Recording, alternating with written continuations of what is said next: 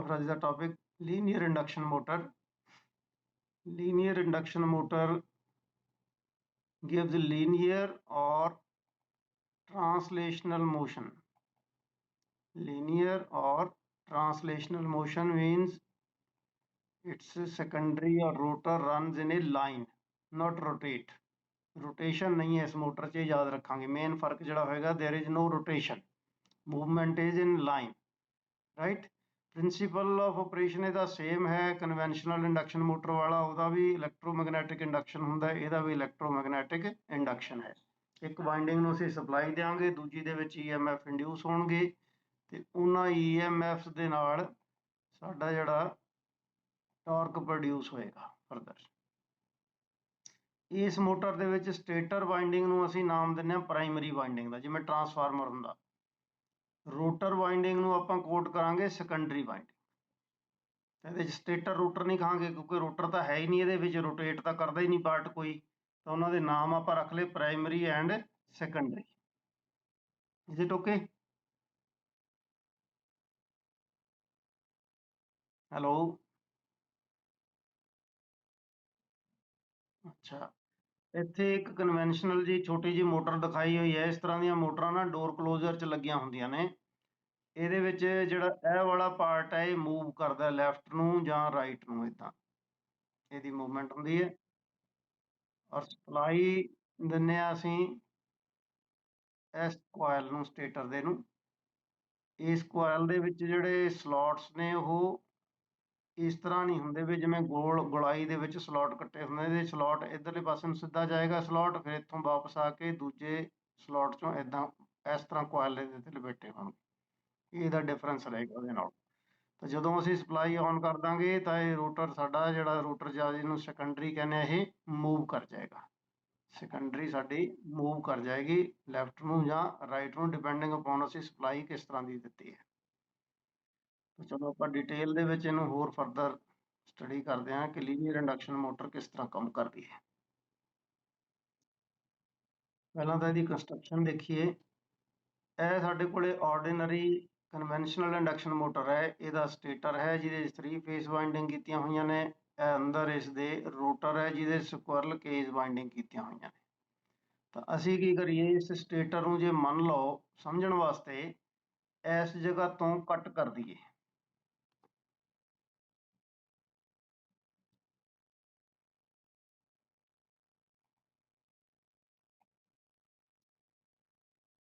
Stator ਨੂੰ ਅਸੀਂ ਆਪਣੇ ਨੂੰ ਆਹ ਜਗ੍ਹਾ ਤੋਂ ਕੱਟ ਕਰ ਦਈਏ, ਇੱਥੋਂ ਕੱਟ ਕਰਕੇ ਇਹਨੂੰ ਸਿੱਧਾ ਕਰ ਲਈਏ ਸਟੇਟਰ ਨੂੰ, ਤਾਂ ਆਹ ਸ਼ੇਪ ਬਣ ਜਾਏਗੀ। ਆਹ ਸਟੇਟਰ ਬਣ ਜਾਏਗਾ ਸਾਡਾ, ਇਹ ਰੋਟਰ ਬਣ ਜਾਏਗਾ। Is it okay? ਗੱਲ ਸਮਝ ਆਉਂਦੀ ਹੈ? ਇਸ ਫਰੇਮ ਨੂੰ ਜੇ ਆਪਾਂ ਇਸ ਜਗ੍ਹਾ ਤੋਂ ਕੱਟ ਲਗਾ ਕੇ ਸਟ੍ਰੇਟ ਕਰ ਲਈਏ, ਸਿੱਧਾ ਕਰ ਲਈਏ, ਤਾਂ ਆਹ ਸਟਰਕਚਰ ਬਣ ਜਾਏਗਾ ਫਲੈਟ। ਇਹਦਾ ਪਲੇਟ ਬਣ ਜਾਏਗੀ ਇੱਕ ਤਰ੍ਹਾਂ ਨਾਲ। ਇਸੇ ਤਰ੍ਹਾਂ ਰੋਟਰ ਨੂੰ ਵੀ ਜੇ ਸਿੱਧਾ ਕਰ ਲਈਏ ਤਾਂ ਇਹਦੀ ਵੀ ਪਲੇਟ ਬਣ ਜਾਏਗੀ। Is it okay? ਸਮਝ ਲੱਗ ਰਹੀ ਹੈ ਕਿ ਨਹੀਂ? ਅੱਛਾ, ਹਾਂ, ਸੈਕੰਡਰੀ ਵਾइंडिंग ਹੈ ਜਿਹੜੀ ਉਹ ਅਲੱਗ ਹੋ ਗਈ, ਪ੍ਰਾਇਮਰੀ ਅਲੱਗ ਹੋ ਗਈ। ਦੋਨਾਂ ਦੇ ਵਿਚਕਾਰ 에ਅਰ ਗੈਪ, ਦੋਨੋਂ ਵਾइंडिंग्स ਦੇ ਵਿਚਕਾਰ 에ਅਰ ਗੈਪ ਹੈ। ਆ ਜਗ੍ਹਾ ਤੇ 에ਅਰ ਗੈਪ ਰਹੇਗਾ ਸਾਡਾ, ਇਸ ਜਗ੍ਹਾ ਤੇ ਆ 에ਅਰ ਗੈਪ ਹੈ ਇਹ ਵਾਲਾ, ਠੀਕ ਹੈ। ਇੱਥੇ ਅਸੀਂ ਜਿਹੜੇ ਪ੍ਰਾਇਮਰੀ ਹੈ 3 ਫੇਸ ਵਾइंडिंग्स ਕਰਾਂਗੇ, ਇਹਦੇ ਵਿੱਚ ਕੋਈ ਵਾइंडिंग ਨਹੀਂ ਕਰਾਂਗੇ, ਇਹਨੂੰ ਸੋਲਿਡ ਪਲੇਟ ਰੱਖਾਂਗੇ ਰੋਟਰ ਨੂੰ। ਇਹਦੇ ਵਿੱਚ EMF ਇੰਡਿਊਸ ਹੋਣਗੇ, ਟਾਰਕ ਪ੍ਰੋਡਿਊਸ ਹੋਏਗੀ ਇੱਕ ਦੂਸਰੇ ਦੇ ਨਾਲ ਰਿਐਕਟ ਕਰਕੇ। ਇਹਦੇ ਵਿੱਚ ਦੋ ਤਰ੍ਹਾਂ ਦੇ ਸਟਰਕਚਰ ਹੁੰਦੇ ਨੇ, ਜਿਵੇਂ ਪਹਿਲੀ ਸੀ ਜਿਹੜੀ ਉਹ ਹੈਗੀ ਹੈ ਸਾਡੀ ਸਿੰਗਲ ਸਾਈਡ, ਇੱਕੋ ਸਾਈਡ ਤੇ ਸੈਕੰਡਰੀ ਦੇ ਆਪਾਂ ਪ੍ਰਾਇਮਰੀ ਵਾइंडिंग ਰੱਖਦੇ ਹਾਂ, ਜਿਵੇਂ ਇਹ ਡਾਇਗਰਾਮ 'ਚ ਉੱਪਰਲੀ 'ਚ ਦਿਖਾਇਆ ਹੋਇਆ। ਨੀਚੇ ਜਿਹੜੀ ਡਾਇਗਰਾਮ ਇਹਦੇ ਵਿੱਚ ਦਿਖਾਇਆ ਹੋਇਆ ਡਬਲ ਸਾਈਡਡ, ਆ ਡਬਲ ਸਾਈਡਡ ਹੈ। ਇੱਧਰਲੇ ਪਾਸੇ ਵੀ ਵਾइंडिंग ਹੈ, ਇੱਧਰਲੇ ਪਾਸੇ ਵੀ ਵਾइंडिंग ਹੈ, ਮਤਲਬ ਦੋ ਪਲੇਟਾਂ ਦੇ ਵਿਚਕਾਰ ਇੱਕ ਪਲੇਟ ਰੋਟਰ ਵਾਲੀ ਰੱਖ ਦਿੱਤੀ ਆਪਾਂ, ਇਹਨੂੰ ਡਬਲ ਸਾਈਡਡ ਕਹਿ ਦਿੰਦੇ। ਇਹਦਾ ਕਈ ਵਾਰ ਐਡਵਾਂਟੇਜ ਹੁੰਦਾ ਕਿ ਇੱਕ ਪਲੇਟ ਨੇ ਕੀ ਕਰਨਾ ਹੈ, ਹੁਣ ਰੋਟਰ ਦੇ ਇਹਦੇ ਵਿੱਚ ਤਾਂ ਆਰਡੀਨਰੀ ਮੋਟਰ ਦੇ ਵਿੱਚ ਸਟਰਕਚਰ ਗੋਲ ਹੁੰਦਾ, ਇੱਧਰਲੇ ਪਾਸੇ ਵੀ ਮੈਗਨੇਟ ਬਣਿਆ, ਇੱਧਰਲੇ ਪਾਸੇ ਵੀ ਬਣਿਆ, ਵਿਚਕਾਰ ਜਿਹੜਾ ਰੋਟਰ ਆਪਣਾ ਰੁਕ ਜਾਂਦਾ ਔਰ ਬੈਰਿੰਗ ਤੇ ਇਹਨੂੰ ਸਪੋਰਟ ਵੀ ਕੀਤੀ ਹੁੰਦੀ ਹੈ। ਇੱਥੇ ਕੀ ਹੋਏਗਾ, ਜੇ ਇਸ ਪਲੇਟ ਦਾ ਮੈਗਨੇਟ ਬਣ ਗਿਆ, ਇਹਨੇ ਇਹਦੇ ਮੈਗਨੇਟ ਨਾਲ ਰਿਐਕਟ ਕਰਕੇ ਇਹਨੂੰ ਆਪਣੇ ਵੱਲ ਨੂੰ ਖਿੱਚ ਲੈਣਾ, ਗੈਪ ਨਹੀਂ ਰਹਿਣਾ ਫਿਰ। ਪ੍ਰੋਪਰ। ਉਹਨੂੰ ਪ੍ਰੋਪਰ ਗੈਪ ਰੱਖਣ ਲਈ ਫਿਰ ਕਈ ਤਰੀਕੇ ਲਗਾਉਂਦੇ ਆ। ਇੱਕ ਤਰੀਕਾ ਹੈ ਕਿ ਦੋਨੋਂ ਪਾਸੇ ਵਾਈਂਡਿੰਗ ਕਰ ਦਈਏ, ਜੇ ਇੱਧਰੋਂ ਅਟਰੈਕਸ਼ਨ ਹੋਏਗੀ ਇੱਧਰੋਂ ਵੀ ਹੋਏਗੀ, ਬਰਾਬਰ ਹੋ ਜਾਏਗਾ ਹਿਸਾਬ, ਸੈਂਟਰ ਦੇ ਵਿੱਚ ਰਹੇਗਾ ਸਾਡਾ ਜਿਹੜਾ ਸੈਕੰਡਰੀ, ਰਾਈਟ।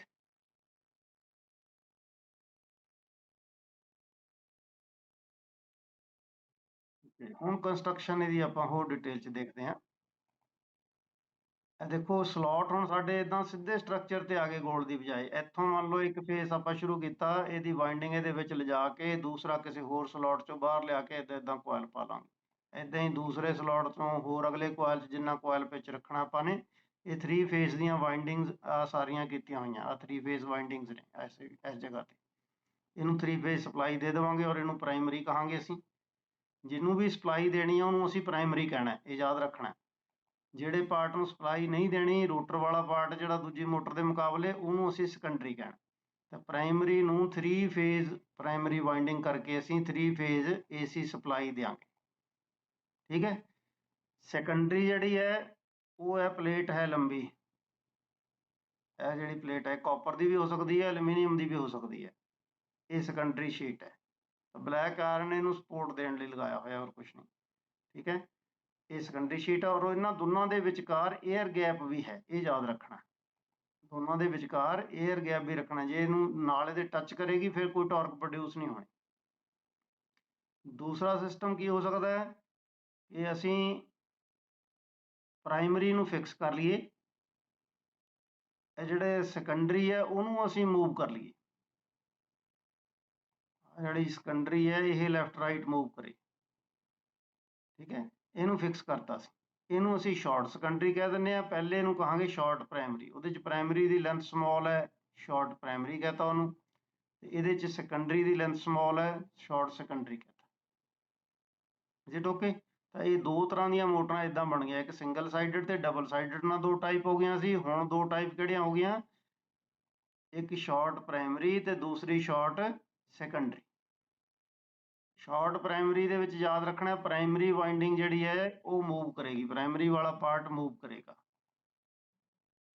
ਇਹ ਯਾਦ ਰੱਖਣਾ। ਜੇ ਸ਼ਾਰਟ ਸੈਕੰਡਰੀ ਹੈ ਤਾਂ ਸੈਕੰਡਰੀ ਮੂਵ ਕਰੇਗੀ, ਦੂਸਰਾ ਪਾਰਟ ਜਿਹੜਾ ਉਹ ਫਿਕਸ ਰਹੇਗਾ। ਇਹਦਾ ਮਤਲਬ ਹੈ ਇਹਦੇ 'ਚ ਆਪਾਂ ਪ੍ਰਾਇਮਰੀ ਨੂੰ ਵੀ ਫਿਕਸ ਕਰ ਸਕਦੇ ਹਾਂ, ਸੈਕੰਡਰੀ ਨੂੰ ਵੀ, ਇਹ ਆਪਸ਼ਨ ਵੀ ਸਾਡੇ ਕੋਲੇ ਹੈਗੀ। ਤਾਂ ਕੋਰ ਇਸ ਦੀ ਸਟੇਟਰ ਦੀ ਉਸੇ ਤਰ੍ਹਾਂ ਹੀ ਸਿਲੀਕਨ ਸਟੀਲ ਲੈਮੀਨੇਸ਼ਨਸ ਦੀ ਬਣੀ ਹੋਏਗੀ ਫॉर द सेम रीजंस ਕਿ ਲੌਸਸ ਘੱਟ ਕਰਨੇ ਅਸੀਂ, ਹਿਸਟੈਰਿਸਿਸ ਐਂਡ ਐਡੀ ਕਰੰਟ, ਸਿਲੀਕਨ ਸਟੀਲ ਲੈਮੀਨੇਸ਼ਨ ਦੀ ਬਣੀ ਹੋਏਗੀ, ਠੀਕ। ਹਾਂਜੀ ਅੱਗੇ ਚਲੀਏ।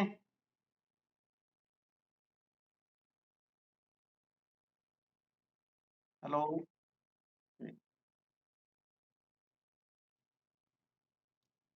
ਨੈਕਸਟ ਹੈ ਵੀ ਸਾਡਾ ਹੁਣ ਕੰਸਟਰਕਸ਼ਨ। ਇਹਦੀ 2 ਟਾਈਪ ਦੀਆਂ ਆਪਾਂ ਪਹਿਲਾਂ ਡਿਸਕਸ ਕਰ ਰਹੇ ਹਾਂ already. Single sided LIM, LIM means linear induction motor, LIM ਵੀ ਬੋਲਦੇ ਇਹਨੂੰ ਸਿੰਪਲ 'ਚ। ਡਬਲ ਸਾਈਡਡ, ਸਿੰਗਲ ਸਾਈਡਡ ਹੋ ਸਕਦੀ ਹੈ, ਡਬਲ ਸਾਈਡਡ ਹੋ ਸਕਦੀ ਹੈ। ਫੀਲਡ ਜਿਹੜਾ ਉਹ ਫੀਲਡ ਸਿਸਟਮ ਇਹਨੂੰ ਕਹਿੰਦੇ ਹਾਂ ਅਸੀਂ ਪ੍ਰਾਇਮਰੀ ਨੂੰ।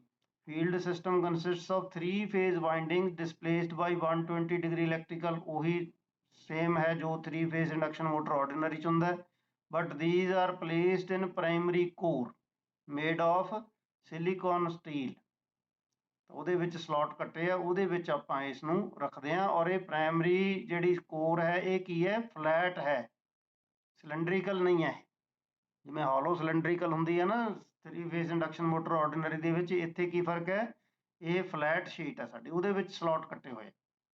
Secondary is normally a conducting plate made of copper or aluminium.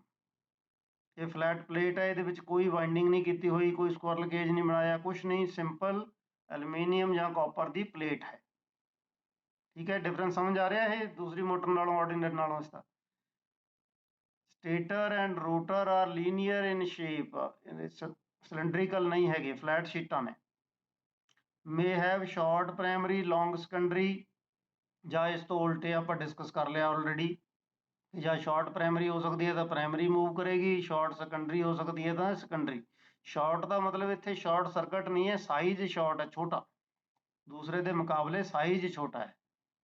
ਤਾਂ ਦੋਨਾਂ ਚੋਂ ਕੋਈ ਵੀ ਵਾਈਂਡਿੰਗ ਜਿਹੜੀ ਹੈ ਪ੍ਰਾਇਮਰੀ ਔਰ ਸੈਕੰਡਰੀ, ਉਹਨੂੰ ਅਸੀਂ ਮੂਵ ਕਰਾ ਸਕਦੇ ਹਾਂ। ਇੱਕ ਨੂੰ ਫਿਕਸ ਕਰ ਲਾਂਗੇ, ਦੂਜੇ ਨੂੰ ਮੂਵ ਕਰ ਲਾਂਗੇ। ਇਹ ਸਾਡੇ ਕੋਲੇ ਲੀਨੀਅਰ ਇੰਡਕਸ਼ਨ ਮੋਟਰ ਦੇ ਵਿੱਚ ਆਪਸ਼ਨ ਹੈ। ਓਕੇ,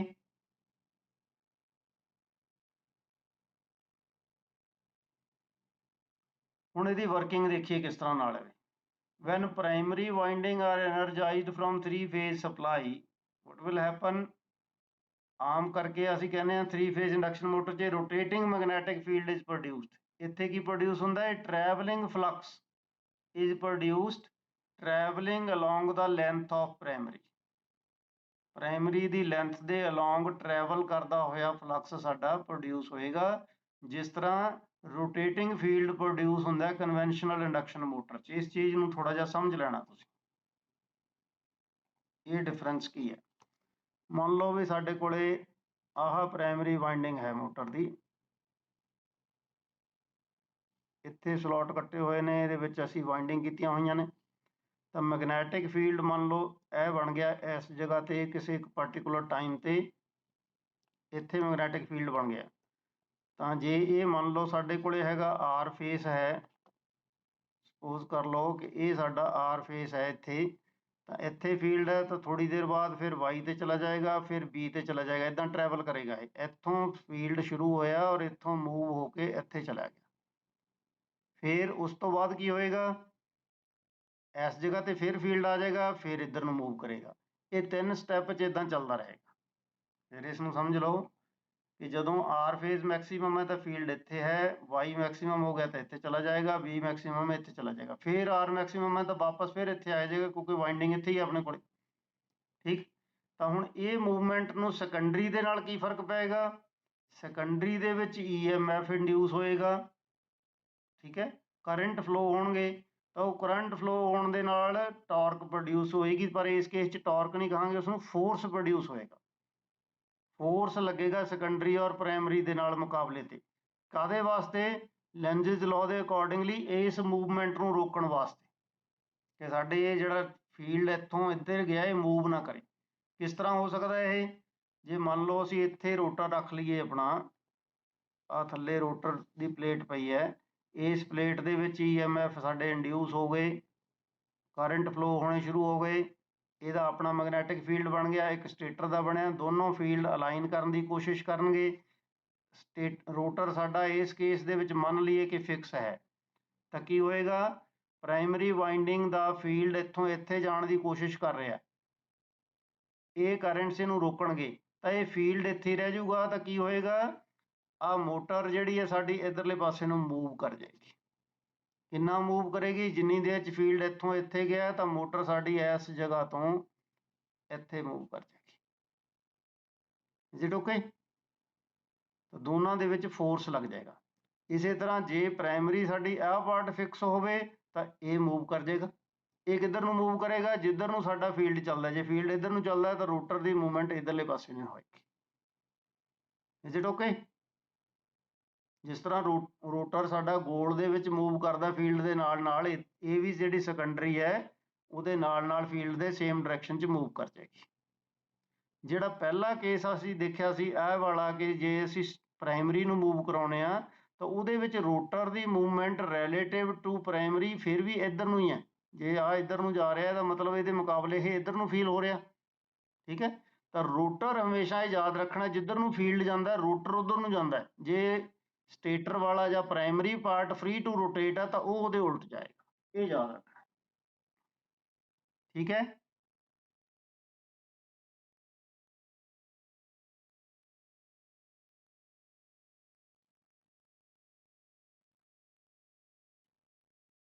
ਹੁਣ ਸਾਡਾ ਅਗਲਾ ਪੁਆਇੰਟ ਕੀ ਹੈ? ਪਹਿਲਾ ਹੋ ਗਿਆ ਕਿ ਟਰੈਵਲਿੰਗ ਫਲਕਸ ਪ੍ਰੋਡਿਊਸ ਹੋ ਗਿਆ ਸਾਡਾ, ਫਲਕਸ ਨੇ ਇੱਕ ਜਗ੍ਹਾ ਤੋਂ ਦੂਜੀ ਜਗ੍ਹਾ ਇੱਦਾਂ ਸਟ੍ਰੇਟ ਲਾਈਨ 'ਚ ਮੂਵ ਹੋ ਰਿਹਾ, ਫਿਰ ਵਾਪਸ ਉੱਥੇ ਆਇਆ, ਫਿਰ ਮੂਵ ਹੋ ਰਿਹਾ। ਪਰ ਇਹਦਾ ਮੇਨ ਟਾਈਮ ਕੀ ਹੁੰਦਾ? ਸਾਡੀ ਜਿਹੜੀ ਪ੍ਰਾਇਮਰੀ ਹੈ ਉਹ ਵੀ ਮੂਵ ਕਰ ਜਾਂਦੀ ਹੈ, ਫਲਕਸ ਫਿਰ ਉੱਥੇ ਆ ਜਾਂਦਾ, ਫਿਰ ਉੱਤੋਂ ਅੱਗੇ, ਉਸ ਤੋਂ ਅੱਗੇ, ਉਸ ਤੋਂ ਅੱਗੇ ਮੂਵ ਹੁੰਦੀ ਰਹਿੰਦੀ ਪ੍ਰਾਇਮਰੀ, ਕੰਟੀਨਿਊਸ ਲਗਾਤਾਰ ਮੋਸ਼ਨ ਬਣ ਜਾਂਦਾ ਲਾਈਨ ਦੇ ਵਿੱਚ। ਤਾਂ ਇਹਦੇ ਜਿਹੜਾ ਟਰੈਵਲਿੰਗ ਫਲਕਸ ਸਾਡਾ ਬਣਿਆ ਉਹਦੇ ਕਰਕੇ ਕੀ ਹੁੰਦਾ? EMF ਇੰਡਿਊਸ ਹੁੰਦਾ, ਕਰੰਟ ਫਲੋ ਹੁੰਦਾ ਸੈਕੰਡਰੀ ਦੇ ਵਿੱਚ ਐਲੂਮੀਨੀਅਮ ਪਲੇਟ 'ਚ। ਫਿਰ ਇਹ ਕਰੰਟ ਦੇ ਨਾਲ ਜਿਹੜਾ ਫਲਕਸ ਬਣੇਗਾ ਉਹ ਇੰਟਰੈਕਟ ਕਰੇਗਾ ਟਰੈਵਲਿੰਗ ਫਲਕਸ ਦੇ ਨਾਲ, ਤੇ ਇੱਕ ਲੀਨੀਅਰ ਫੋਰਸ ਪ੍ਰੋਡਿਊਸ ਹੋਏਗਾ। Is it okay? थोड़ा जवाब नहीं आ रहा भी कोई किसी का? आवाज सुनाई दे रही है? ठीक है, विचों विचों बोल पिया करो कोई कोई। तो हुण सैकेंडरी जे फिक्स होवे तां की है, फोर्स मूव करेगा प्राइमरी ਨੂੰ। ਜੇ ਪ੍ਰਾਇਮਰੀ ਫਿਕਸ ਹੋਵੇ ਫਿਰ ਫੋਰਸ ਮੂਵ ਕਰੇਗਾ ਸੈਕੰਡਰੀ ਨੂੰ। ਕਿਹੜੀ ਡਾਇਰੈਕਸ਼ਨ 'ਚ? In the direction of travelling flux. ਇਹ ਆਪਾਂ ਯਾਦ ਰੱਖਣਾ। If the secondary moves faster than travelling flux the motor works as induction generator. ਇਹ ਚੀਜ਼ ਖਾਸ ਸਮਝਣੀ ਹੈ। ਜੇ ਕਿਸੇ ਤਰੀਕੇ ਆਪਣੀ ਸੈਕੰਡਰੀ ਤੇਜ਼ ਮੂਵ ਕਰ ਜਾਏ ਸਿੰਕਰੋਨਸ ਸਪੀਡ ਤੋਂ, ਠੀਕ ਹੈ, ਟਰੈਵਲਿੰਗ ਫਲਕਸ ਤੋਂ, ਤਾਂ ਫਿਰ ਉਹ ਮੋਟਰ ਕੀ ਬਣ ਜਾਏਗੀ ਸਾਡੀ? ਜਨਰੇਟਰ। ਇਹਦੀ ਐਪਲੀਕੇਸ਼ਨ ਆਪਾਂ ਥੋੜਾ ਜਿਹਾ ਅੱਗੇ ਨੈਕਸਟ ਆਏਗਾ ਟੌਪਿਕ, ਉਹਦੇ ਵਿੱਚ ਪੜਾਂਗੇ।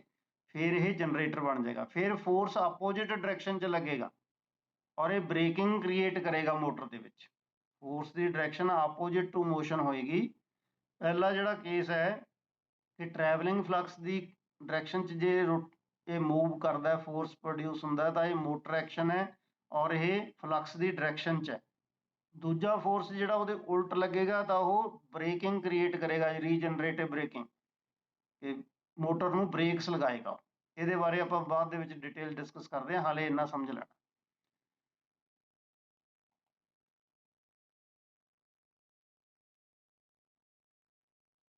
ਅੱਛਾ ਵੀ ਨੈਕਸਟ ਹੈ ਵੀ ਇਹਦਾ ਕੰਪੈਰੀਜ਼ਨ ਜੇ ਕਰਨਾ ਹੋਵੇ ਅਸੀਂ ਆਰਡੀਨਰੀ ਮੋਟਰ ਦੇ ਨਾਲ।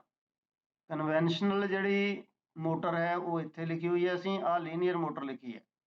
ਮੂਵਮੈਂਟ ਕਿਸ ਤਰ੍ਹਾਂ ਦੀ ਹੈ? ਆਰਡੀਨਰੀ ਮੋਟਰ 'ਚ ਰੋਟੇਸ਼ਨ ਹੁੰਦੀ ਹੈ, ਇਸ ਦੇ ਵਿੱਚ ਲੀਨੀਅਰ ਮੂਵਮੈਂਟ ਹੁੰਦੀ ਹੈ ਲਾਈਨ ਦੇ ਵਿੱਚ। ਤਾਂ ਆਰਡੀਨਰੀ ਮੋਟਰ 'ਚ ਟਾਰਕ ਡਿਵੈਲਪ ਹੁੰਦੀ ਹੈ ਔਰ ਇਹਦੇ ਵਿੱਚ ਥਰਸਟ ਜਾਂ ਫੋਰਸ ਹੁੰਦਾ। ਕਿਉਂਕਿ ਟਾਰਕ ਕਦੋਂ ਬਣਨੀ ਹੈ? ਜਦੋਂ ਰੋਟੇਟ ਕਰੇਗਾ ਕੋਈ ਸਿਸਟਮ ਸਰਕੂਲਰ ਮੋਸ਼ਨ 'ਚ। ਇੱਥੇ ਰੋਟੇਸ਼ਨ ਤਾਂ ਹੈ ਨਹੀਂ, ਇਹਨੂੰ ਆਪਾਂ ਟਾਰਕ ਨਹੀਂ ਕਹਿਣਾ, ਇਹਨੂੰ ਅਸੀਂ ਕਹਾਂਗੇ ਥਰਸਟ ਔਰ ਫੋਰਸ। ਇਹ ਯਾਦ ਰੱਖਣਾ, ਥਰਸਟ ਔਰ ਫੋਰਸ, ਟਾਰਕ ਨਹੀਂ ਕਹਿਣਾ ਹੈ। ਦੈਨ ਪਾਰਟਸ ਨੇ ਜਿਹੜੇ ਇਹਦੇ ਮੇਨ ਪਾਰਟ ਨੂੰ ਸਟੇਟਰ ਰੋਟਰ ਕਹਿੰਦੇ ਆ, ਇਹਦੇ ਮੇਨ ਪਾਰਟ ਨੂੰ ਪ੍ਰਾਇਮਰੀ ਸੈਕੰਡਰੀ ਕਹਿੰਦੇ ਆ। ਮੈਗਨੇਟਾਈਜ਼ਿੰਗ ਕਰੰਟ ਸਮਾਲ ਹੁੰਦਾ ਹੈ ਆਰਡੀਨਰੀ ਮੋਟਰ 'ਚ, ਕਿਉਂਕਿ ਉੱਥੇ ਅਸੀਂ ਏਅਰ ਗੈਪ ਬਹੁਤ ਛੋਟਾ ਰੱਖਦੇ ਹਾਂ, ਏਅਰ ਗੈਪ ਬਹੁਤ ਸਮਾਲ ਰੱਖਦੇ ਹਾਂ। ਇਸ ਕਰਕੇ ਮੈਗਨੇਟਾਈਜ਼ਿੰਗ ਕਰੰਟ ਵੀ ਸਮਾਲ ਹੁੰਦਾ ਤੇ ਪਾਵਰ ਫੈਕਟਰ ਰੀਜ਼ਨੇਬਲੀ ਹਾਈ ਹੁੰਦਾ। ਪਰ ਲੀਨੀਅਰ ਇੰਡਕਸ਼ਨ ਮੋਟਰ ਦੇ ਵਿੱਚ ਏਅਰ ਗੈਪ ਜ਼ਿਆਦਾ ਹੈ, ਇਸ ਕਰਕੇ ਮੈਗਨੇਟਾਈਜ਼ਿੰਗ ਕਰੰਟ ਵੀ ਹਾਈ ਹੋਏਗਾ ਤੇ ਕੋਰਸਪੋਂਡਿੰਗ ਜਿਹੜਾ ਸਾਡਾ ਪਾਵਰ ਫੈਕਟਰ ਹੈ ਉਹ ਵੀ ਪੂਅਰ ਹੋ ਜਾਏਗਾ।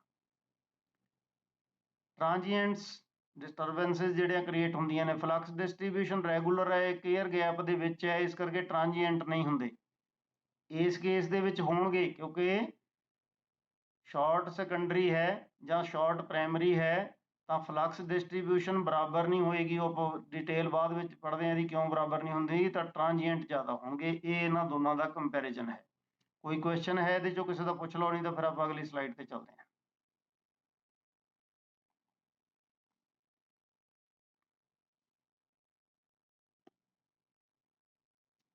ਕਰੈਕਟਰਿਸਟਿਕਸ ਲੀਨੀਅਰ ਸਿੰਕਰੋਨਸ ਸਪੀਡ ਯੂਨਿਟ ਕੀ ਹੋਣਗੇ? ਆਮ ਮੋਟਰ ਦੇ ਵਿੱਚ ਹੁੰਦੇ ਆਰਪੀਐਮ, ਇੱਥੇ ਹੋਣਗੇ ਮੀਟਰ ਪਰ ਸੈਕਿੰਡ। ਸਪੀਡ ਦੇ ਯੂਨਿਟ ਕੀ ਹੋਣਗੇ? Metre per second.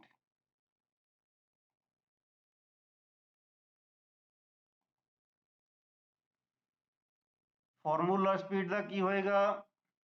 Linear velocity ਦਾ vs, velocity v for velocity, ਇੱਥੇ ਆਪਾਂ ਸਪੀਡ ਵਰਡ ਯੂਜ਼ ਕਰ ਰਹੇ ਹਾਂ, ਐਕਚੁਅਲੀ ਇਹਨੂੰ ਵੈਲੋਸਿਟੀ ਕਹਿੰਦੇ ਆ, ਲੀਨੀਅਰ ਵੈਲੋਸਿਟੀ। 2 ਟਾਓ f, ਟਾਓ ਕੀ ਹੈ? ਪੋਲ ਪਿਚ, ਕਿ ਪੋਲ ਦਾ ਪਿਚ ਕਿੰਨਾ ਰੱਖਿਆ ਸੀ। f ਹੈ ਫ੍ਰੀਕੁਐਂਸੀ ਸਪਲਾਈ ਦੀ ਕਿੰਨੀ ਹੈ ਹਰਟਜ਼ ਦੇ ਵਿੱਚ, ਤਾਂ ਇਹ ਸਾਡੀ ਵੈਲੋਸਿਟੀ ਆ ਜਾਏਗੀ ਮੀਟਰ ਪਰ ਸੈਕਿੰਡ ਦੇ ਵਿੱਚ। ਸਲਿੱਪ ਕੈਲਕੂਲੇਟ ਕਰਨ ਲਈ ਫਾਰਮੂਲਾ ਹੁੰਦਾ ns minus n over ns, ਇੱਥੇ ਅਸੀਂ ਲਿਖਾਂਗੇ vs minus v over vs, ਜਿੱਥੇ vs ਜਿਹੜੀ ਹੈ ਉਹ ਸਿੰਕਰੋਨਸ ਵੈਲੋਸਿਟੀ ਹੈ, ਜਿਹਦਾ ਫਾਰਮੂਲਾ ਉੱਪਰ ਆਪਾਂ ਨੇ ਲਿਖਿਆ, ਆ ਸਿੰਕਰੋਨਸ ਵੈਲੋਸਿਟੀ ਹੈ vs। v ਕਿਹੜੀ ਹੈ? ਜਿਹੜੀ ਐਕਚੁਅਲ ਜਿੰਨੀ ਸਪੀਡ ਤੇ ਮੋਟਰ ਸਾਡੀ ਚੱਲੇਗੀ ਲਾਈਨ ਦੇ ਵਿੱਚ, ਜਿੰਨੀ ਉਹਦੀ ਵੈਲੋਸਿਟੀ ਹੋਏਗੀ, ਤੇ ਡਿਵਾਈਡ ਬਾਈ vs, ਇਹ ਸਾਡਾ ਬਣ ਗਿਆ ਸਲਿੱਪ। ਥਰਸਟ ਜਾਂ ਫੋਰਸ ਦਾ ਫਾਰਮੂਲਾ ਕੀ ਹੈ? ਜੇ ਰੋਟਰ ਦਾ ਪਾਵਰ ਇਨਪੁਟ P2 ਹੋਵੇ ਤਾਂ ਇਹ P2 ਓਵਰ vs, ਇਹ ਸਾਡੇ ਕੋਲੇ ਬਣ ਜਾਏਗਾ ਥਰਸਟ ਜਾਂ ਫੋਰਸ ਕਿੰਨਾ ਲੱਗੇਗਾ। ਤੇ ਕਾਪਰ ਲੌਸੇਜ SP2 ਇਹ ਉਹੀ ਫਾਰਮੂਲਾ ਹੈ, ਆਰਡੀਨਰੀ ਮੋਟਰ 'ਚ ਵੀ ਇਹੀ ਹੁੰਦਾ, rotor input into slip. Mechanical power developed ਦਾ ਫਾਰਮੂਲਾ ਵੀ ਸੇਮ ਹੈ, 1 - S × P2। P2 ਹੈ rotor input, S is slip. Tractive effort F, tractive effort भी कहते हैं इसनूं, इनू फोर्स भी कहते हैं, इनू थ्रस्ट भी कहते हैं। तीन नाम ने याद रखना, फोर्स भी यही चीज़ है, ट्रैक्टिव एफर्ट भी यही है, थ्रस्ट भी यही है। ये प्रोपोर्शनल हुंदा स्लिप की, जिवें अपनी उहदे विच स्लिप दे प्रोपोर्शनल स्पीड हुंदी है, इत्थे टॉर्क हुंदी है, इत्थे फोर्स जिहड़ा वो स्लिप दे प्रोपोर्शनल है। ਇਹਦੀ ਜਿਹੜੀ ਕਰੈਕਟਰਿਸਟਿਕ ਕਰਵ ਹੈ ਇਹ ਆਮ ਆਰਡੀਨਰੀ ਮੋਟਰ ਵਾਂਗ ਹੀ ਹੁੰਦੀ ਹੈ, ਬਿਲਕੁਲ ਉਸੇ ਤਰ੍ਹਾਂ ਦੇ ਨਾਲ ਹੀ। ਸਮੋਲ ਵੈਲਿਊ ਆਫ ਸਲਿੱਪ ਤੇ ਇਸ ਪੋਰਸ਼ਨ ਤੇ ਆਪਾਂ ਮੋਟਰ ਨੂੰ ਰਨ ਕਰਦੇ ਹਾਂ, ਇੱਥੇ force is proportional to slip ਹੁੰਦਾ। ਜਿੰਨਾ ਜਿੰਨਾ ਇੱਧਰ ਇੱਥੇ ਸਲਿੱਪ 0 ਹੈ, 1 ਹੈ, ਸੌਰੀ ਇੱਥੇ 1 ਹੈ ਸਟੈਂਡ ਸਟਿਲ ਤੇ, ਇੱਥੇ ਸਲਿੱਪ 1 ਹੈ, ਤਾਂ ਇੱਧਰ ਨੂੰ ਸਲਿੱਪ ਜਿਹੜਾ ਵੱਧਦਾ ਜਾਏਗਾ ਉਨਾ ਉਨਾ ਸਾਡਾ ਫੋਰਸ ਵੀ ਵੱਧਦਾ ਜਾਏਗਾ। ਵੈਲੋਸਿਟੀ ਦੇ ਉਲਟ ਚੱਲਦਾ ਹੁੰਦਾ ਸਲਿੱਪ ਦਾ ਐਰੋ ਇਸ ਪਾਸੇ ਨੂੰ ਲੱਗੇਗਾ ਉਲਟਾ, ਠੀਕ ਹੈ। Force proportional to slip. ਆ ਗਿਆ ਸਾਡੀ ਸਿੰਕਰੋਨਸ ਵੈਲੋਸਿਟੀ, ਇੱਥੇ ਆ ਜਾਏਗੀ ਸਟਾਰਟਿੰਗ ਵੈਲੋਸਿਟੀ, ਤਾਂ ਇਹ ਹੈਗੀ ਸਟਾਰਟਿੰਗ ਵੈਲੋਸਿਟੀ 0 ਤੋਂ, ਠੀਕ।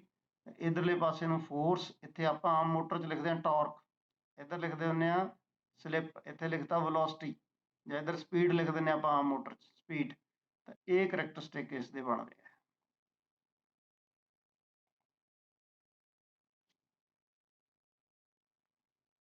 ਇਸ ਮੋਟਰ ਦੇ ਵਿੱਚ ਦੋ ਜਿਹੜੇ ਨੈਗੇਟਿਵ ਇਫੈਕਟ ਆਉਂਦੇ ਨੇ ਉਹਨੂੰ ਪੈਕੂਲਰੀ ਇਫੈਕਟ ਬੋਲਦੇ ਨੇ।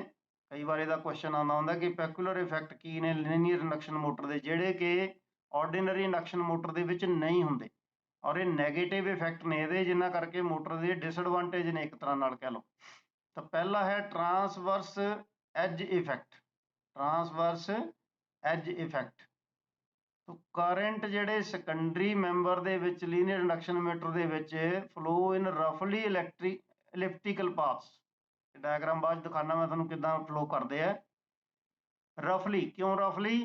ਕਿਉਂਕਿ ਆਰਡੀਨਰੀ ਮੋਟਰ ਦੇ ਵਿੱਚ ਵਾਈਂਡਿੰਗਸ ਹੁੰਦੀਆਂ ਨੇ ਰੋਟਰ ਦੀਆਂ, ਪ੍ਰੋਪਰ ਕੇਜ ਬਣਿਆ ਹੁੰਦਾ, ਉਹਦੇ ਵਿੱਚੋਂ ਹੀ ਕਰੰਟ ਜਾਂਦਾ। ਬਾਕੀ ਦੇ ਰੋਟਰ ਦੇ ਵਿੱਚੋਂ, ਕੋਰ ਦੇ ਵਿੱਚੋਂ ਕਰੰਟ ਮੇਨ ਨਹੀਂ ਜਾਂਦਾ। ਇੱਥੇ ਸਾਰੀ ਕੋਰ, ਸਾਰਾ ਹੀ ਜਿਹੜਾ ਪਲੇਟ ਹੈ ਉਹ ਸੈਕੰਡਰੀ ਹੈ, ਸਾਰਾ ਹੀ ਕੰਡਕਟਿੰਗ ਹੈ, ਤਾਂ ਸਾਰੇ ਦੇ ਵਿੱਚੋਂ ਹੀ ਐਟ ਰੈਂਡਮ ਕਰੰਟ ਚੱਲਦੇ ਰਹਿੰਦੇ ਨੇ। ਇਸ ਕਰਕੇ ਕਰੰਟ ਜਿਹੜੇ ਸੈਕੰਡਰੀ ਦੇ ਵਿੱਚ ਨੇ ਉਹ ਰਫਲੀ ਇਲਿਪਟੀਕਲ ਪਾਥ, ਇਲਿਪਟੀਕਲ ਮਤਲਬ ਸਰਕੂਲਰ ਨਹੀਂ, ਥੋੜਾ ਜਿਹਾ ਲੰਬਾ ਸਰਕਲ ਮੰਨ ਲਓ ਇੱਕ ਪਾਸੇ ਨੂੰ, ਤਾਂ ਉਸ ਪਾਥ ਦੇ ਵਿੱਚ ਸਾਡੇ ਕਰੰਟ ਜਿਹੜੇ ਮੂਵ ਕਰਦੇ।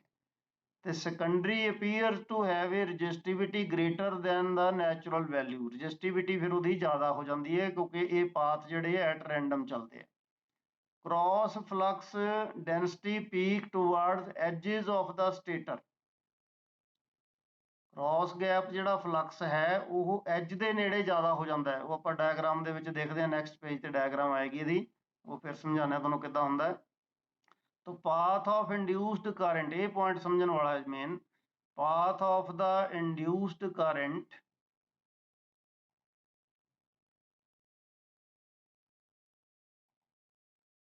in secondary are not well defined because the secondary is a short circuited plate, solid conducting plate है, short circuited है सारी हुई, तो इस करके उत्थे डेफिनेट पाथ नहीं हैगी। तो portion of the path of current parallel to direction of motion, ਜਿਹੜਾ ਪਾਥ ਸਾਡੇ ਕੋਲੇ डायरेक्शन ऑफ मोशन दे पैरेलल आ गया, ਉਹਨੇ ਕੀ ਕਰਨਾ है, does not make any contribution towards production of thrust. ਉਹਨੇ पार्टिसिपेट नहीं करना फोर्स प्रोड्यूस ਕਰਨ ਦੇ ਵਿੱਚ। ਕੀ प्रोड्यूस करेगा? लॉसेस। ਤਾਂ ਫਿਰ ਘੱਟ ਕਰ ਦੇਗਾ, ਇਫੈਕਟਿਵ ਥ੍ਰਸਟ ਨੂੰ ਘੱਟ ਕਰੇਗਾ। ਆਰਡੀਨਰੀ ਮੋਟਰ ਨਾਲੋਂ ਇਹਦਾ ਥ੍ਰਸਟ ਫਿਰ ਘੱਟ ਜਾਏਗਾ ਇਸ ਲੌਸ ਦੇ ਕਰਕੇ।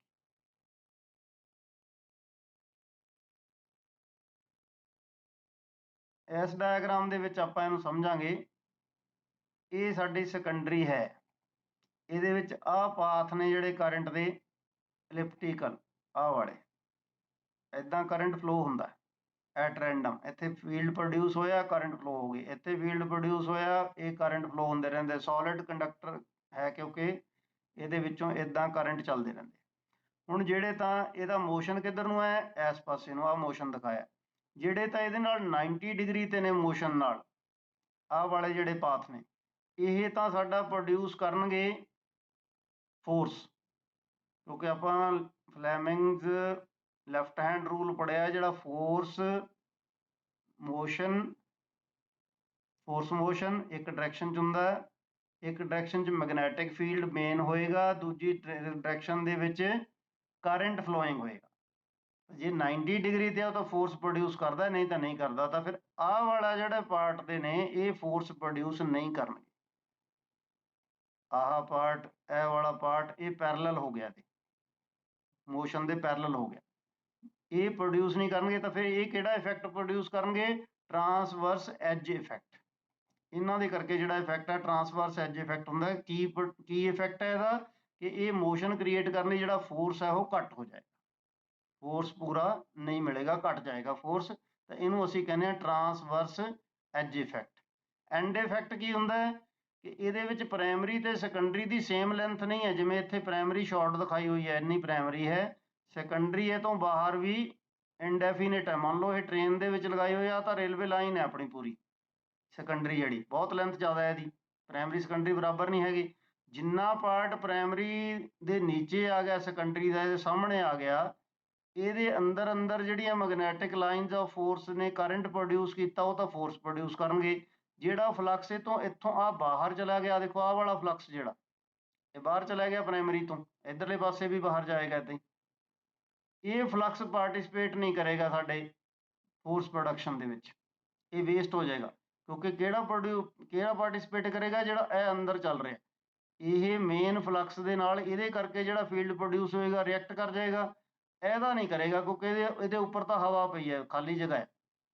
ਤੇ ਇਹਦੇ ਕਰਕੇ ਇਹ ਜਿਹੜਾ ਇਫੈਕਟ ਕਰਕੇ ਫੋਰਸ ਘਟਦਾ, ਉਹਨੂੰ ਅਸੀਂ ਕਹਿੰਦੇ ਆ and effect. that force is called and that effect is called end effect। तो end effect ਵੀ ਔਰ transverse edge effect ਵੀ ਦੋਨੋਂ ਫੋਰਸ ਨੂੰ ਘੱਟ ਕਰਦੇ, ਇਸ ਕਰਕੇ ਡਿਸਐਡਵਾਂਟੇਜ ਨੇ ਇਸ ਮੋਟਰ ਦੇ ਵਿੱਚ।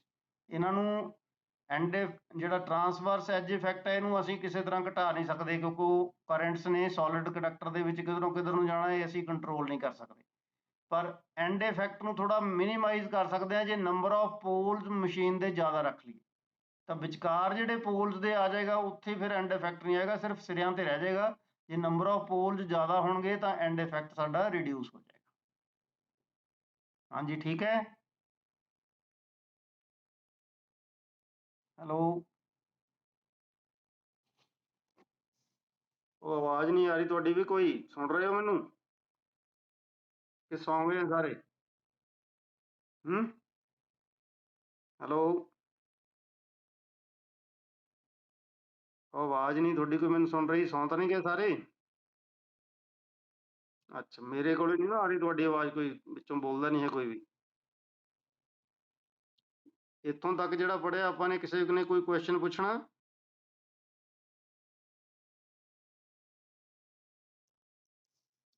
ਬੰਦੇ ਬਹੁਤ ਸਿਆਣੇ ਆ ਤੁਸੀਂ, ਪਹਿਲੀ ਵਾਰ ਤਾਂ ਸਮਝ ਜਾਂਦੇ ਸਾਰੀਆਂ ਗੱਲਾਂ। ਅੱਛਾ, ਅਗਲਾ ਸੀਗਾ ਐਂਡ ਇਫੈਕਟ। ਐਂਡ ਇਫੈਕਟ ਕੀ ਹੈ, towards the end of field structure current, ਇਹ ਆਪਾਂ ਪੜ੍ਹ ਹੀ ਲਿਆ ਸਾਰਾ ਵੀ। ਇੱਥੋਂ ਜਿਹੜਾ ਫਲਕਸ ਬਾਹਰ ਨਿਕਲ ਗਿਆ ਤੋਂ, ਇਹ ਬਾਹਰ ਜਿਹੜਾ ਫਲਕਸ ਚਲਾ ਗਿਆ, ਜਿਹੜਾ ਪ੍ਰਾਇਮਰੀ ਦੇ ਨੀਚੇ ਨਹੀਂ ਹੈ, ਪ੍ਰਾਇਮਰੀ ਸੈਕੰਡਰੀ ਦੋਨਾਂ ਦੇ ਨੀਚੇ ਨਹੀਂ ਹੈ ਜਿਹੜਾ, ਉਹ ਸਾਡੇ ਕਰੰਟ ਨੇ ਜਿਹੜੇ ਉਹ ਲਾਸ ਕ੍ਰੀਏਟ ਕਰਨਗੇ, ਉਹਨਾਂ ਨੂੰ ਅਸੀਂ ਕਹਾਂਗੇ end effect. Okay, number of pole ਨਾਲ ਇਨਕਰੀਜ਼ ਕਰ ਸਕਦੇ ਹਾਂ, ਇਹ ਆਪਾਂ ਆਲਰੇਡੀ ਡਿਸਕਸ ਕਰ ਲਿਆ। ਹੁਣ ਇਸ ਮੋਟਰ ਦੇ ਐਡਵਾਂਟੇਜ, ਸਿੰਪਲ ਹੈ ਕੰਸਟਰਕਸ਼ਨ ਦੇ ਵਿੱਚ, ਸਰਕੂਲਰ ਮੋਟਰ ਬਣਾਉਣ ਨਾਲੋਂ ਸੌਖਾ ਹੈ। ਇਹਦੇ ਸਿੱਧੇ ਹੀ ਸਾਡੇ ਕੋਲੇ ਫਲੈਟ ਦੇ ਵਿੱਚ ਹੀ ਅਸੀਂ ਵਾਈਂਡਿੰਗ ਪਾਉਣੀ ਹੈ ਸਲੋਟ ਦੇ ਵਿੱਚ, ਈਜ਼ੀ ਹੈ, ਸਿੰਪਲ ਹੈ। ਮੈਕਸਿਮਮ ਸਪੀਡ ਕੋਈ ਲਿਮਿਟ ਨਹੀਂ ਹੈ। ਜਿਵੇਂ 3 ਫੇਜ਼ ਇੰਡਕਸ਼ਨ ਮੋਟਰ ਦੀ ਮੈਕਸਿਮਮ ਸਪੀਡ ਕਿੰਨੀ ਹੁੰਦੀ ਹੈ, 2800 RPM, ਕਿਉਂਕਿ ਸਿੰਕਰੋਨਸ ਸਪੀਡ ਕਿੰਨੀ ਹੋ ਸਕਦੀ ਹੈ ਉੱਥੇ, 120 F/P ਕਰਕੇ ਆਉਂਦੀ ਹੈ ਨਾ, ਉਹ ਕਿੰਨੀ ਹੁੰਦੀ ਹੈ 3000 RPM। ਉਹ ਤੋਂ ਸਲਿੱਪ ਕੱਢ ਕੇ 2880 RPM ਆਪਣੇ ਕੋਲੇ ਮੈਕਸਿਮਮ ਸਪੀਡ ਹੁੰਦੀ ਹੈ। ਪਰ ਇਸ ਮੋਟਰ ਦੀ ਮੈਕਸਿਮਮ ਸਪੀਡ ਦੀ ਕੋਈ ਲਿਮਿਟ ਨਹੀਂ ਹੈ, ਜਿੰਨੀ ਮਰਜ਼ੀ ਤੇਜ਼ ਸਪੀਡ ਬਣਾ ਸਕਦੇ ਹਾਂ। तो इस करके फिर इन्हूं हाई स्पीड ट्रेन वगैरह ਦੇ ਵਿੱਚ यूज़ ਕਰਦੇ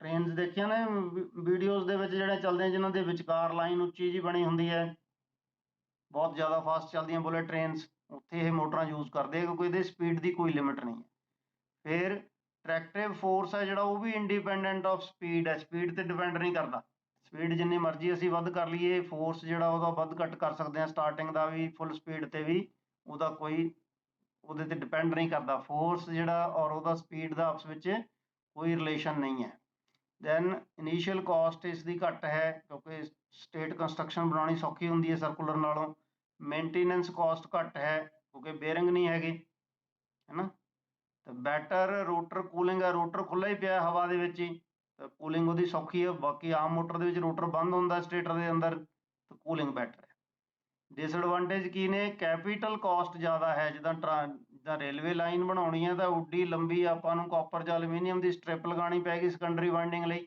ਬਹੁਤ ਕਾਸਟਲੀ ਹੋਏਗੀ ਤਾਂ ਇਸੇ ਤਰ੍ਹਾਂ ਜੇ ਕਰੰਟ ਲੈਣਾ ਉੱਪਰੋਂ ਲਾਈਨਾਂ ਤੋਂ ਤਾਂ ਕਲੈਕਟਰ ਜਿਹੜਾ ਜਾਂ ਪੈਂਟਾਗ੍ਰਾਫ ਪੜ੍ਹਿਆ ਨਾ ਤੁਸੀਂ ਯੂਟੀਲਾਈਜੇਸ਼ਨ ਦੇ ਵਿੱਚ ਉਹ 3 ਲਗਾਉਣੇ ਪੈਣਗੇ ਇੱਕ ਦੀ ਜਗ੍ਹਾ ਤੇ 3 ਫੇਜ਼ ਸਪਲਾਈ ਲੈਣੀ ਪੈਗੀ ਆਪਾਂ ਨੂੰ ਕੰਪਲੀਕੇਟ ਹੋ ਜਾਏਗਾ ਜਾਂ ਸਿੰਗਲ ਫੇਜ਼ ਨੂੰ 3 ਫੇਜ਼ ਕਨਵਰਟ ਕਰਾਂਗੇ ਉਹ ਵੀ ਕੰਪਲੀਕੇਟ ਹੋਏਗਾ ਪਾਵਰ ਫੈਕਟਰ ਪੂਅਰ ਹੈ ਆਪਾਂ ਆਲਰੇਡੀ ਦੇਖ ਲਿਆ ਐਫੀਸ਼ੀਐਂਸੀ ਲੋ ਹੈ ਇਹ ਇਹਦੇ ਡਿਸਐਡਵਾਂਟੇਜ ਨੇ ਇਸ ਕਰਕੇ ਇਹਨੂੰ ਨਾਰਮਲੀ ਨਹੀਂ ਯੂਜ਼ ਕਰਦੇ ਜਿੱਥੇ ਸਪੈਸ਼ਲ ਐਪਲੀਕੇਸ਼ਨ ਜਿੱਦਾਂ ਬਹੁਤ ਜ਼ਿਆਦਾ ਸਪੀਡ ਚਾਹੀਦੀ ਹੈ ਮੈਕਸਿਮਮ ਸਪੀਡ ਲਿਮਿਟ ਨਾ ਹੋਵੇ ਉੱਥੇ ਉਹੋ ਜਿਹੀ ਜਗ੍ਹਾ ਤੇ ਆਪਾਂ ਇਹਨੂੰ ਯੂਜ਼ ਕਰਦੇ ਹਾਂ ਐਪਲੀਕੇਸ਼ਨਾਂ ਦੀਆਂ ਕੀ ਨੇ ਟਰਾਲੀ ਕਾਰਸ ਇੰਡਸਟਰੀ ਦੇ ਵਿੱਚ ਇੱਕ ਤੋਂ ਦੂਜੀ ਜਗ੍ਹਾ ਤੇ ਕੋਈ ਹੈਵੀ ਪਾਰਟਸ ਲੈ ਕੇ ਜਾਣੇ ਨੇ ਟਰਾਂਸਪੋਰਟੇਸ਼ਨ ਜਿੱਦਾਂ ਆਪਾਂ ਟ੍ਰੇਨ ਦੇ ਵਿੱਚ ਕਹਿ ਹੀ ਦਿੱਤਾ ਕਨਵੇਅਰ ਬੈਲਟ ਸਮਾਨ ਮੂਵ ਕਰਨਾ ਇੱਕ ਜਗ੍ਹਾ ਤੋਂ ਦੂਜੀ ਜਗ੍ਹਾ ਤੇ ਬੈਲਟ ਦੇ ਉੱਪਰ ਲਗਾ ਕੇ ਫਿਰ ਲਾਰਜ ਸਲਾਈਡਿੰਗ ਡੋਰਸ ਦੇ ਵਿੱਚ ਵੀ ਇਹਨੂੰ ਯੂਜ਼ ਕਰਦੇ ਆ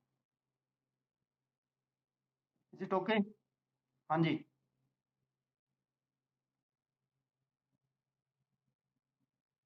ਪੂਅਰ ਪਾਵਰ ਫੈਕਟਰ ਹੀ ਹੈ ਇਹਦਾ ਕਿਉਂਕਿ ਇਹਦੇ 'ਚ 에ਅਰ ਗੈਪ ਜ਼ਿਆਦਾ ਰੱਖਣਾ ਇਹਦੇ ਵਿੱਚ ਸਾਨੂੰ 에ਅਰ ਗੈਪ ਜ਼ਿਆਦਾ ਰੱਖਣਾ ਪੈਂਦਾ ਨਾ ਇਸ ਕਰਕੇ ਪਾਵਰ ਫੈਕਟਰ ਇਹਦਾ ਪੂਅਰ ਹੁੰਦਾ ਆਰਡੀਨਰੀ ਇੰਡਕਸ਼ਨ ਮੋਟਰ 'ਚ ਅਸੀਂ 에ਅਰ ਗੈਪ ਬਹੁਤ ਘੱਟ ਰੱਖ ਸਕਦੇ ਹਾਂ ਕਿਉਂਕਿ ਉਹਨੂੰ ਅਸੀਂ ਬੇਰਿੰਗ ਦੇ ਉੱਤੇ ਬੈਲੈਂਸ ਕੀਤਾ ਹੁੰਦਾ ਘੱਟੋ ਘੱਟ 에ਅਰ ਗੈਪ ਰੱਖ ਸਕਦੇ ਹਾਂ ਉਹਦਾ ਤੇ ਇਹਦੇ 'ਚ 에ਅਰ ਗੈਪ ਥੋੜਾ ਜਿਹਾ ਵੱਧ ਰੱਖਣਾ ਪੈਂਦਾ ਪ੍ਰੈਕਟੀਕਲੀ ਤਾਂ ਇਸ ਕਰਕੇ ਇਹਦਾ ਪਾਵਰ ਫੈਕਟਰ ਪੂਅਰ ਹੋਏਗਾ ਹੋਰ ਕੋਈ ਕੁਐਸਚਨ ਹੈਲੋ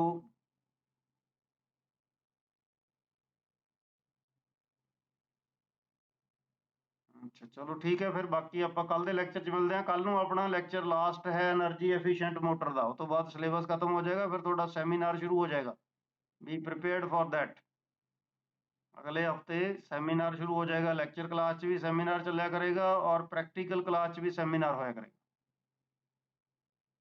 तो सेमिनार दी videos as early as possible तैयार कर लो अपनी हाँ जी वीडियो बनाउणियां ने जी ਸੈਮੀਨਾਰ ਆਨਲਾਈਨ ਵੀ ਹੋਏਗਾ ਜਿਵੇਂ ਆਪਾਂ ਆਮ ਕਰਦੇ ਆ ਅੱਗੇ ਕਰਦੇ ਆ ਤਾਂ ਇੱਕ ਵੀਡੀਓ ਬਣਾ ਕੇ ਵੀ ਤੁਸੀਂ ਗਰੁੱਪ 'ਚ ਆਪਣੀ ਸਬਮਿਟ ਕਰਨੀ ਹੈ ਤਾਂ ਕਿ ਸਾਰੇ ਇੱਕ ਦੂਜੇ ਦਾ ਸੈਮੀਨਾਰ ਦੇਖ ਲੈਣ ਸਮਝ ਲੈਣ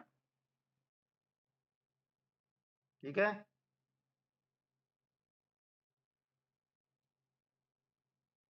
ਚਲੋ ਇਹਦੇ ਬਾਰੇ ਥੋੜਾ ਜਿਹਾ ਟਾਈਮ ਹੁਣ ਕੱਟ ਰਿਹਾ ਰਹਿ ਗਿਆ ਆਪਣੀ ਮੀਟ ਦਾ ਟਾਈਮ ਖਤਮ ਹੋ ਰਿਹਾ ਇੱਕ ਆਪਾਂ ਕੱਲ ਡਿਸਕਸ ਕਰਾਂਗੇ ਇਹਨੂੰ ਐਜ਼ ਜਨਰੇਟਰ ਤੇ ਐਜ਼ ਮੋਟਰ ਜਿਹੜੀ ਗੱਲ ਆਈ ਸੀ ਉਹ ਰਹਿ ਗਈ ਆਪਣੀ ਡਿਸਕਸ ਕਰਨੀ ਉਹ ਕੱਲ ਦੀ ਮੋਟਰ ਡਿਸਕਸ ਕਰਨ ਤੋਂ ਪਹਿਲਾਂ ਆਪਾਂ ਇਹ ਡਿਸਕਸ ਕਰਾਂਗੇ ਵੀ ਲੀਨੀਅਰ ਇੰਡਕਸ਼ਨ ਮੋਟਰ ਦੇ ਵਿੱਚ ਐਜ਼ ਜਨਰੇਟਰ ਤੇ ਐਜ਼ ਮੋਟਰ ਇਹਨੂੰ ਕਿਵੇਂ ਤੇ ਕਿਸ ਤਰ੍ਹਾਂ ਚਲਾਉਂਦੇ ਆ ਓਕੇ